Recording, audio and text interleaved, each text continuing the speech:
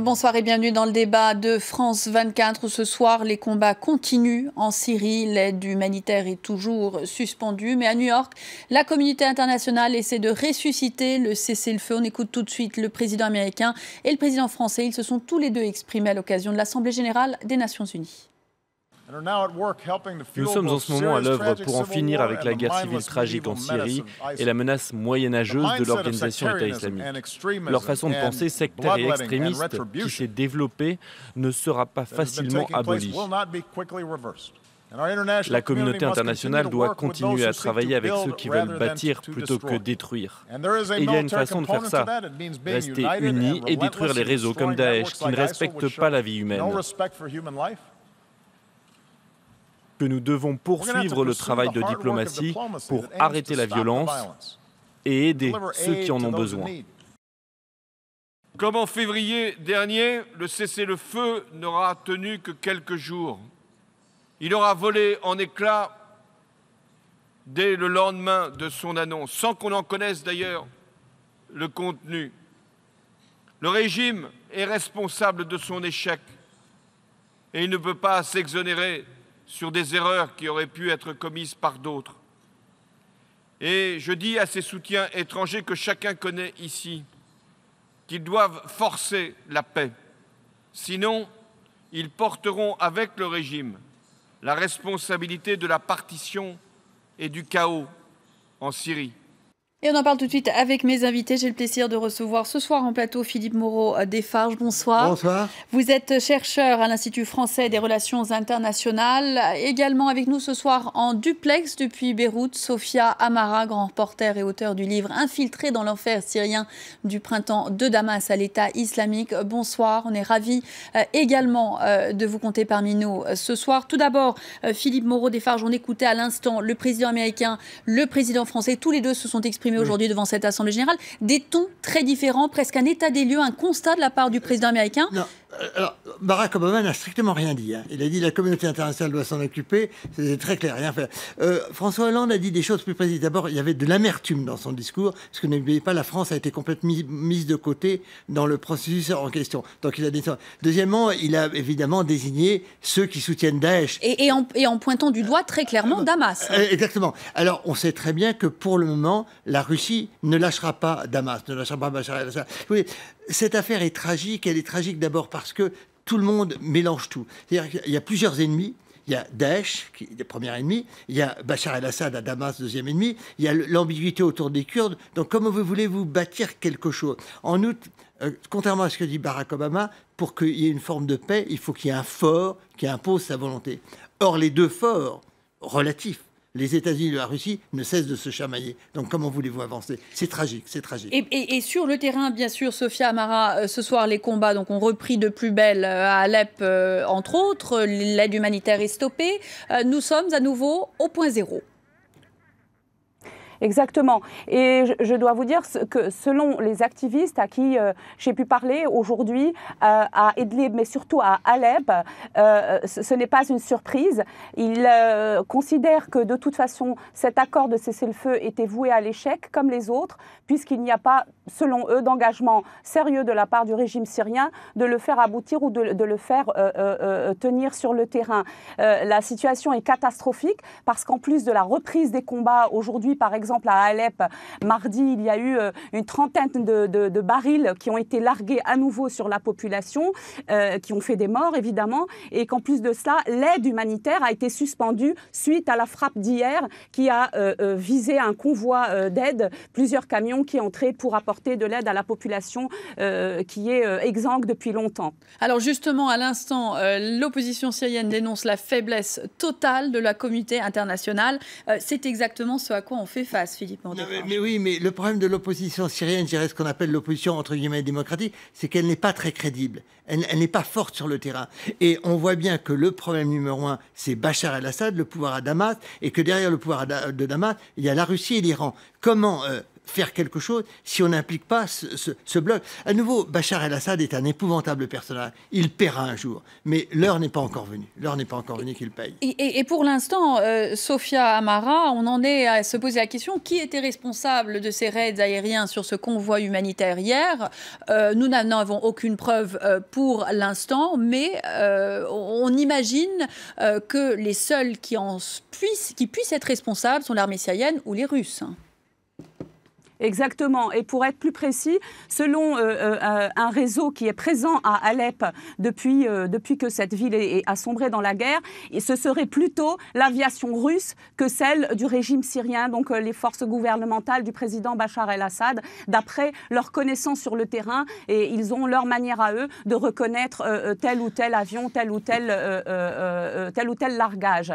Toujours est-il que cette attaque a évidemment fait 30 morts. Un employé du Croissant Rouge syrien et 20 civils, ce qui a eu une conséquence catastrophique pour cette population qui attendait ces convois avec beaucoup d'impatience. Alors, finalement, ce soir, on se dit, Philippe Moreau-Desfarges, que cette trêve qui était plus ou moins, enfin que tout le monde soutenait puisque c'est tout ce qu'on avait finalement, l'idée faisait horreur à Paris, à Londres, à Washington, mais au final les Russes avaient tout de même réussi à amener cette idée de la trêve autour du régime de Bachar el-Assad. Ce soir, la communauté internationale, autre que la Russie, donc les États-Unis, les Britanniques, les Français, ne peuvent plus accepter l'idée, après ce qui s'est passé, d'une trêve qui inclurait donc Bachar el-Assad. Tout ça, c'est fini. Attendez, on peut faire de la morale. La morale ne mène pas plus loin. Nous sommes dans une situation de rapport de force. La Russie de Poutine a marqué des points en Syrie et probablement elle ne veut pas rester en Syrie. Mais la Russie de Poutine veut plus. Elle veut que les convois humanitaires s'accompagnent de quelque chose de politique. C'est clair que le quelque chose de politique, c'est Damas, c'est de négocier avec Damas. C'est probablement ça. Hein. Mais la Russie, alors ce que prouvent les bombardements d'aujourd'hui, qui sont probablement soit russes, soit manipulés par la Russie, montrent qu'ils veulent plus.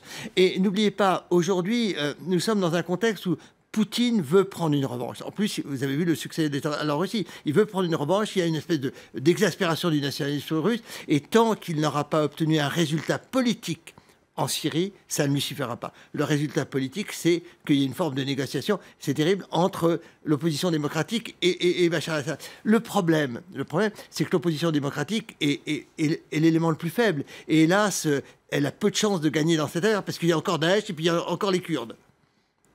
Alors, encore une fois, selon l'opposition, à l'instant, Sophia, et ça rejoint ce que vous disiez, l'opposition qui accuse l'aviation russe d'être responsable de ce bombardement, de ce convoi, ainsi que les Syriens. C'est l'opposition qui l'annonce à l'instant et qui rejoint donc ce que vous disiez.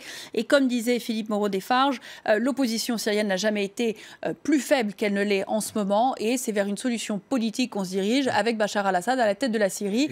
L'argument, finalement, est gagné du point de vue de Damas ce soir. Et en plus, une partie de l'opposition n'a pas validé cet accord de cessez-le-feu. C'est tout le problème. Elle n'a pas validé et donc elle est montrée du doigt comme étant partiellement responsable de l'effondrement de ce cessez-le-feu. Elle n'a pas validé pour les raisons qui lui sont propres, à savoir qu'elle n'a plus confiance, je ne parle même pas du régime du président Bachar el-Assad, mais de Washington et de la communauté internationale. Et par ailleurs, l'opposition démocratique modérée est la plus faible aujourd'hui sur le terrain. Et ça aggrave la situation et ça rend les chances d'autant plus minces pour cette trêve de tenir. Donc quoi qu'il arrive, Philippe Moreau-Desfarges, on se dirige vers plus de combats et une guerre qui ne se terminera pas. Si, elle se terminera un jour par un rapport. C'est-à-dire, elle se terminera probablement un jour par une négociation, notamment impliquant Bachar el-Assad. Quant à Bachar el-Assad, c'est un criminel. Il paiera plus tard. Et laissons les Russes s'occuper de Bachar el-Assad. Car les Russes, à un moment donné, lâcheront Bachar el-Assad. Mais ils ne le lâcheront pas. On parle donc d'une poursuite de combat pendant très longtemps. Oui, bien sûr. Quand bien même elle serait très faible en ce moment, l'opposition syrienne n'acceptera pas des négociations pareilles. Et donc on parle d'une guerre qui va continuer pendant encore des mois, voire des années. Mais exactement. Parce que, madame, tant qu'il n'y a pas un fort pour imposer... Vous savez, les accords de paix ne sont pas le résultat de la bonne volonté. Il faut qu'à un moment donné, il y ait un fort qui dit « je suis le plus fort » et qui soit reconnu reconnus par les autres comme les plus forts. À l'heure actuelle, il n'y a que des faibles sur le terrain. Et même la Russie n'est pas si forte que ça. Il y a les Kurdes, et chacun est en train de jouer le jeu. En outre, ce qui est terrible, c'est qu'il n'y a aucune réflexion sur l'avenir politique de la Syrie. Que va devenir la Syrie? Est-ce qu'on peut maintenir une Syrie unie?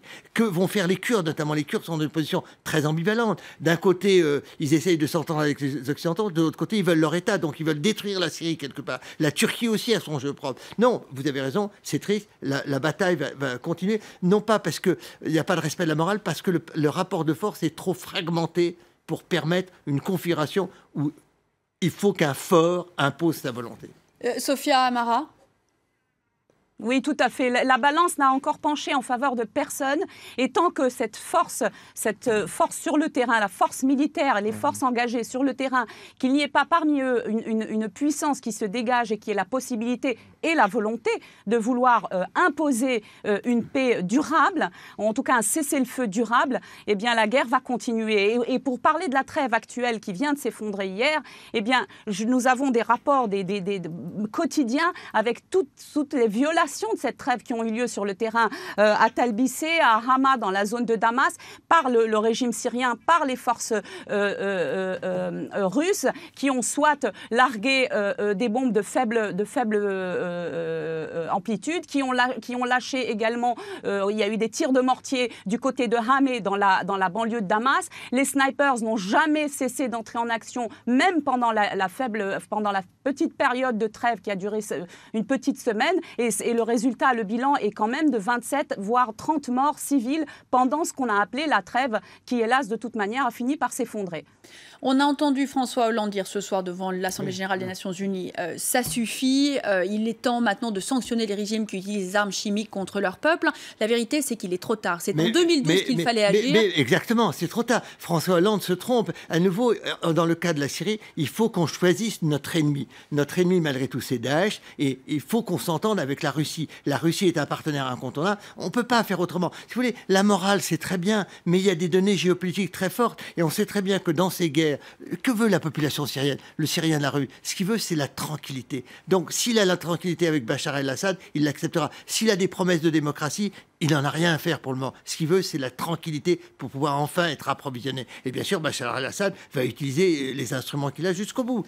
Mais c'est affreux, c'est vrai que c'est affreux. Sophia Amara, l'occasion s'est présentée en 2012. Barack Obama, ayant menacé de faire respecter ses lignes rouges, a ensuite décidé de ne pas intervenir. C'était sans doute l'erreur, après laquelle tout cela était inévitable. On a beaucoup parlé de son legs ce soir, parce qu'il parlait pour la dernière fois devant l'Assemblée générale des Nations Unies.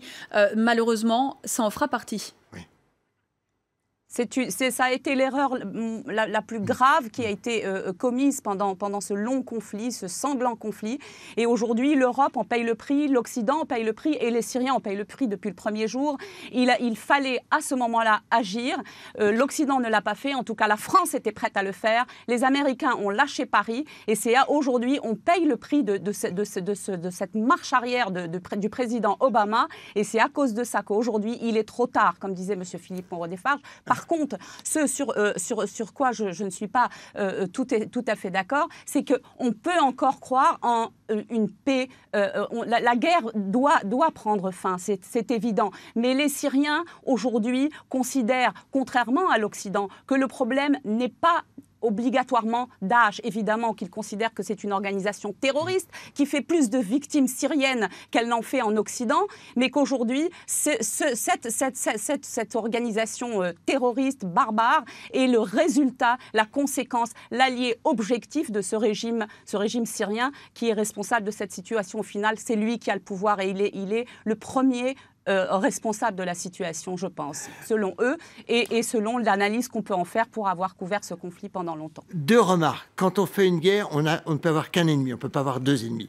Première remarque. Deuxième remarque, en ce qui concerne la fameuse ligne rouge, l'erreur, c'est d'avoir proclamé la ligne rouge. Barack Obama a proclamé la ligne rouge alors qu'il n'avait pas les moyens de l'exécuter. Il ne faut jamais affirmer sa force si on n'est pas capable de la mettre en œuvre. Et je ne suis pas sûr que nous étions, nous les Occidentaux, capables de mettre en œuvre ce démantèlement des armements chimiques. Parce que le démantèlement des armements chimiques, ça voulait dire que nous intervenions au sol en Syrie. Et je ne suis pas sûr que du côté occidental, ni américain ni français, on était prêt à le faire. Philippe Moreau-Desforges, merci beaucoup d'avoir été notre invité ce soir. Merci également à Sophia Amara. Merci infiniment d'avoir accepté notre invitation ce soir pour parler donc de la fin de cette trêve en Syrie et de cette question qui a dominé aujourd'hui l'Assemblée générale des Nations Unies. On a écouté donc le président américain, le président français en parler devant